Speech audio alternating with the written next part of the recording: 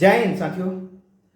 मेरा नाम धनंजय कुमार है और मेरा आईडी नंबर है NDFC18 और मैं नेशनल डिटेक्टिव फोर्स द्वारा आयोजित स्पीच कॉन्टेस्ट 2026 में पार्टिसिपेट कर रहा हूँ। मेरे स्पीच का विषय है अंबेडकर जयंती। साथियों, इस बार अंबेडकर जी की 135वीं जयंती को हम लोग सेलिब्रेट कर रहे हैं। इसके लिए पूरे देश को ढेर सारी शुभकामनाएं। दोस्तों, अंबेडकर जी की जो विचारधारा थी, उनके विचारधारा को प्रतिबिंबित करने का काम हमारे देश का संविधान करता है। क्योंकि हमारे देश का जब संविधान लिखा जा रहा था, उस वक्त ड्राफ्टिंग कमेटी के जो चेयरमैन थे बाबा साहब अंबेडकर थे। शुरू से ही बाबा साहब समाज में फैले हुए गैर बराबरी के खिलाफ लड़ते रहे हैं। चाहे वो गैर बराबरी जातिगत रहे हों, आर्थिक रहे हों या किसी भी तरह के रहे हों, उसके खिलाफ वो लड़ते रहे हैं। इसके लिए उन्होंने संविधान में आर्टिकल 14 से लेकर के 18 तक में इस गैर बराबरी को खत्म करने के लिए व्यवस्था कराई है और आर्टिकल 17 के तहत जो जातिगत भेदभाव थी, उन्हें भी खत्म कराने के प्रयास उन्होंने किए। साथियों, हमारे देश का जो संविधान है वो बाकी देशों के संविधान से बहुत सारे मामलों में अलग है। चलिए किस किस मामले में अलग है उसको समझते हैं। आर्टिकल 136, जिसे स्पेशल लीव पिटीशन के नाम से भी जाना जाता है, ये एक ऐसा पिटीशन है जिसके तहत आप डायरेक्ट सुप्रीम कोर्ट में जा सकते हैं अगर आपके साथ कुछ अन्याय हुआ है तो। आर्टिकल 143 एक ऐसा आर्टिकल है, इसके तहत राष्ट्रपति को एक अधिकार मिला हुआ है कि कहीं भी वो किसी कानूनी दाव पेच में फंसते हैं तो सुप्रीम कोर्ट के जज को तलब करके राय मशविरा ले सकते हैं।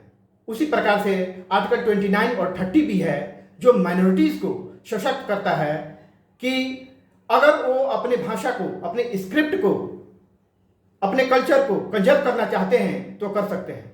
और इसी के तहत मदरसों में, गुरुद्वारों में पढ़ाई कराई जाती है और वो अपने जो उनकी कल्चर है उसे वो कंजर्व करने का काम करते हैं। दोस्तों, जब हमारा देश का संविधान लागू हो रहा था 1950 में, उस वक्त एक व्यक्ति थे, उनका नाम था सर आइवर जेनिंग्स। उस वक्त वो यूनिवर्सिटी ऑफ श्रीलंका के वाइस चांसलर हुआ करते थे। उन्होंने कह दिया था कि हमारे देश का संविधान तो ज़्यादा दिन टिकने वाला नहीं है। और मज़ेदार बात यह है कि कुछ ही दिनों के बाद श्रीलंका द्वारा उन्हें आमंत्रण मिला कि हमारे देश का संविधान आप लिखिए। वहाँ के कॉन्स्टिट्यूशनल कमेटी के वो एडवाइजर बने, संविधान लिखी भी गई। और जानकर हैरानी होगी कि कुछ ही दिनों के बाद वहाँ के जनता ने उस संविधान को नकार दिया।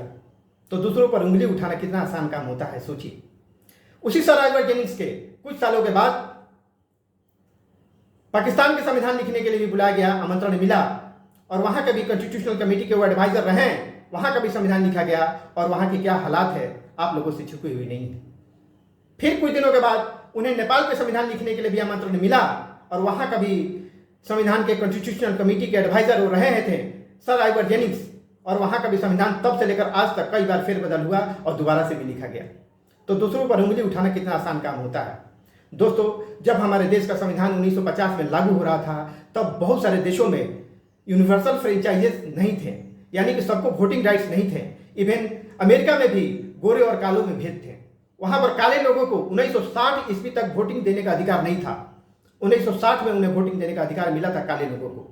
लेकिन हमारे देश में irrespective to the caste, colour, creed, 1950 में ही सबको वोटिंग राइट्स दे दिए गए थे। और इस प्रकार आपको गर्व करना चाहिए कि हम अमेरिका से 10 साल इस मामले में हम लोग आगे हैं। दोस्तों, क्या हमारा जो देश है वो संविधान के द्वारा गवर्न हो रहा है? अगर हम इस विषय पर बात करें तो सच में हमारे देश का हमारा जो देश है वो संविधान के द्वारा ही गवर्न हो रहा है। क्योंकि हमारे देश में कोई भी व्यक्ति मनमानी नहीं कर सकता।